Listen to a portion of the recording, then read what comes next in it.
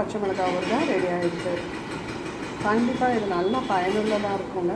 ஏன்னா இந்த மாதிரி பண்ணி வச்சுக்கிட்டிங்கன்னா பிக்னிக் போகும்போதெல்லாம் நமக்கு ரொம்ப ஈஸியாக இருக்கும். சப்பாத்தி தோசை குழந்தைங்களுக்கும் நம்ம கொடுத்து அனுப்பலாம். 1 மாதம் வரைக்கும் கெடாது. ப்ரிசர்வேட்டிவ் எதுவும் போல் மஞ்சள் தூளும் புளியும் நம்ம சேர்த்துருக்கிறதால கெடுற சான்ஸ் இல்லை. தந்தை சேனலுக்கு உங்கள் அன்போடு வரவேற்கிறேன். இப்போ நம்ம பார்க்க போகிறது புதினா ஊறுகாய்.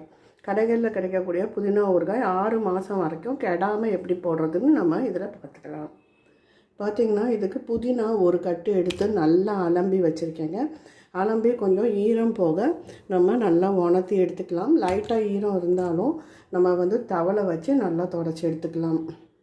இந்த பக்கம் பார்த்திங்கன்னா கடுகு பொடி ஒரு 3 ஸ்பூன், கடுகு வெந்தயம் சேர்த்த பொடி அதோட மஞ்சத்தூள் 1 ஸ்பூனு, புளி சும்மா கையில் அள்ளி இப்படி இந்த கை இருக்கணுங்களா அதில் அளவு, அப்புறம் பெருங்காயம், பூண்டு தட்டி வச்சுருக்கேன். இந்த பக்கம் பச்சை மிளகாய் ஒரு 10 பச்சை மிளகாய் நீட்டாக கீறி இது சேர்க்கும்போது ரொம்ப நல்லா டேஸ்ட் கொடுக்கும்.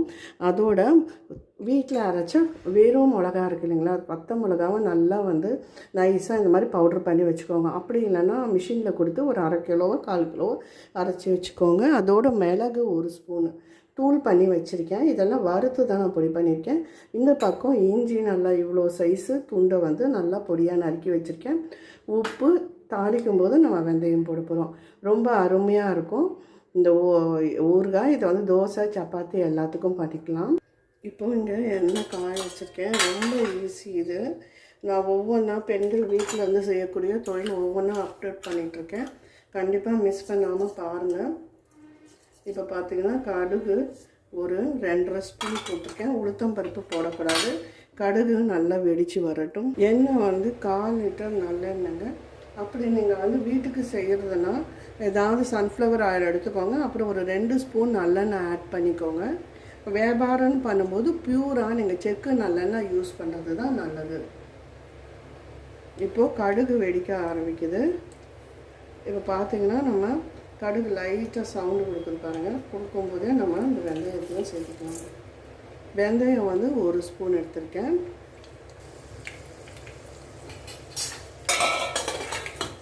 கடுகும் வெந்தயமும் எடுக்க ஆரம்பிச்சாச்சு. இப்போது பூண்டு எடுத்து தட்டி வச்சுருக்கேங்க. தட்டி வச்ச பூண்டை தான் நம்ம இதில் சேர்க்க போகிறோம்.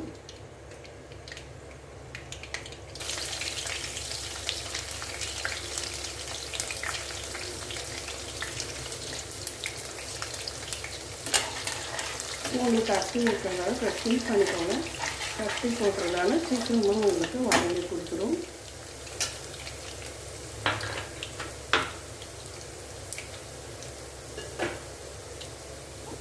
அது வதங்கிட்டு இருக்க நேரத்தில் நம்ம பார்த்திங்கன்னா கொஞ்சமாக உப்பு சேர்த்துக்கலாம்.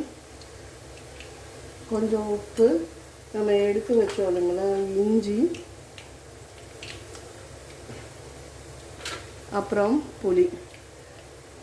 இதை நல்லா இந்த புளி எப்படி இருக்குன்னா நான் ஊர்லேருந்து கொண்டு வந்ததுங்க. எங்கள் சித்தி கொட்டை நாரெல்லாம் எடுத்து கொடுத்த புளி. பார்த்திங்கன்னா பூண்டு வதங்கிருக்கு. கொஞ்சம் தள்ளி நின்று இந்த பச்சை மிளகாவை சேர்த்துக்கலாம். எடுக்க ஆரம்பிக்கும்.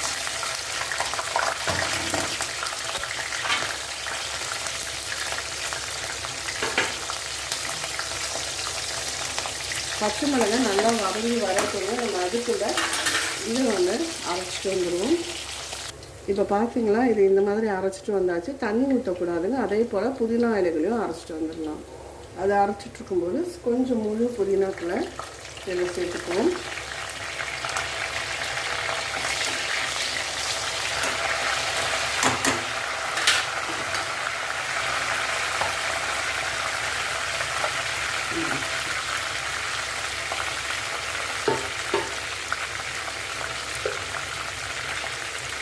பாருங்கள், நம்ம சேர்த்த இலைகளும் வதங்கிட்டு இப்போ அரைச்சிட்டு வந்துட்டேன் பாருங்கள். இப்போ இதை நம்ம சேர்த்துக்கலாம்.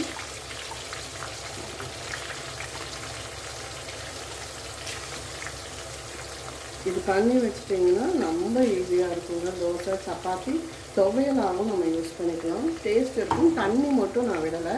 தண்ணி எப்போவுமே இந்த மாதிரி ஊறுகாய் வைத்து தொக்கு பண்ணும்போது, இந்த ஊறுகாய் பண்ணும்போது தண்ணி விடக்கூடாது.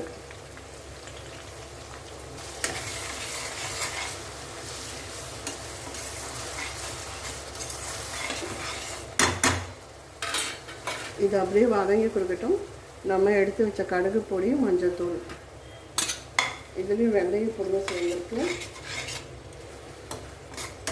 ஏன்னா ரொம்ப எரியும் போது நம்ம போட்டோம்னா அது வந்து உங்களுக்கு தீய ஆரம்பிச்சு எண்ணெய் சுட்டு கதுக்கும். இப்போ எடுத்து வச்ச மிளகாய்த்தூள், தனி மிளகாய்த்தூள் எல்லாத்தையும் நம்ம சேர்த்துக்கலாம். பேக் பண்ணும்போது அதோடு சேர்த்து இந்த புளி கரைச்சல் எல்லாமே நம்ம அரைச்சிக்கிட்ட விழுந்து எல்லாமே சேர்ந்து ஒன்றா வரும். கொஞ்சம் நேரம் கழித்து தான் உப்பு சேர்க்கணும், இப்போ சேர்க்கக்கூடாது. ஏன்னா இது வதங்கி சுருண்டு வரும். நல்லா வதக்கணும். இதில் ப்ரிசர்வேட்டிவ் எதுவுமே போடலை.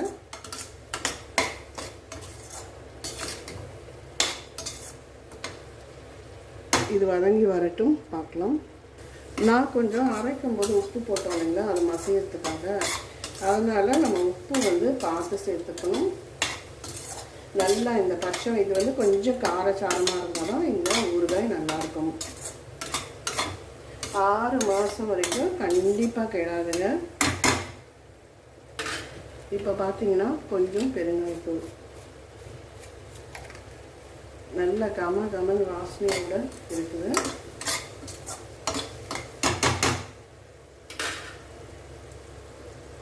இப்போது இந்த ஸ்டேஜில் இதுக்கு தேவையான அளவு உப்பு,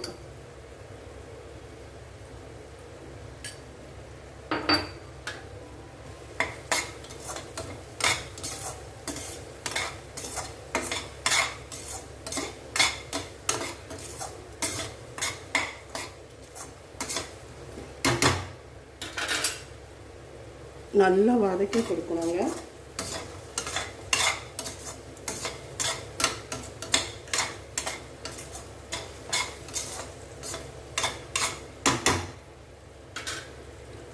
இப்போ கொஞ்சம் 1/4 கரண்டி எண்ணெய் விட்டுருக்கேன்.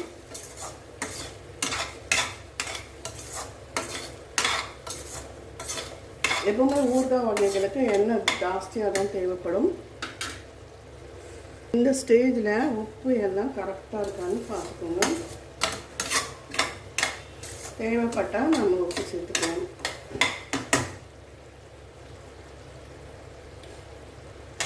எனக்கு கரெக்டாக இருக்குது.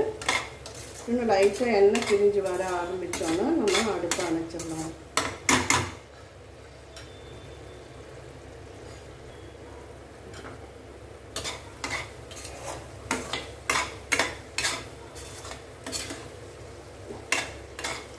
பாருங்கள், எண்ணெய் பிரிஞ்சு வர ஆரம்பிச்சிருக்கு.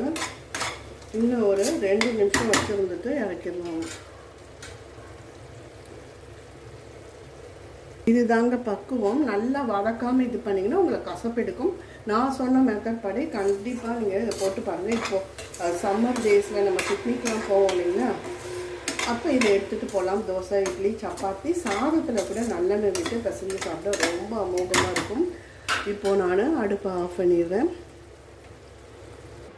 சூப்பராக புதினா ஊறுகாய் ரெடி ஆகிடுச்சு. புதினா பச்சை மிளகாய் ஊறுகாய் ரெடி ஆகிடுச்சு. நல்ல காரசாரமாக நல்ல ஸ்பைஸியாக இருக்கும். கண்டிப்பாக நீங்கள் ட்ரை பண்ணி பாருங்கள். பிஸ்னஸாக பண்ணும்போது இதை நல்லா ஆற விட்டுடுங்க. எண்ணெய் மேலே மிதக்கிற மாதிரி பார்த்துக்கோங்க. நல்ல எண்ணெயில், செக்கு நல்லெண்ணெயில் நீங்கள் செய்கிறது ரொம்ப நலம்.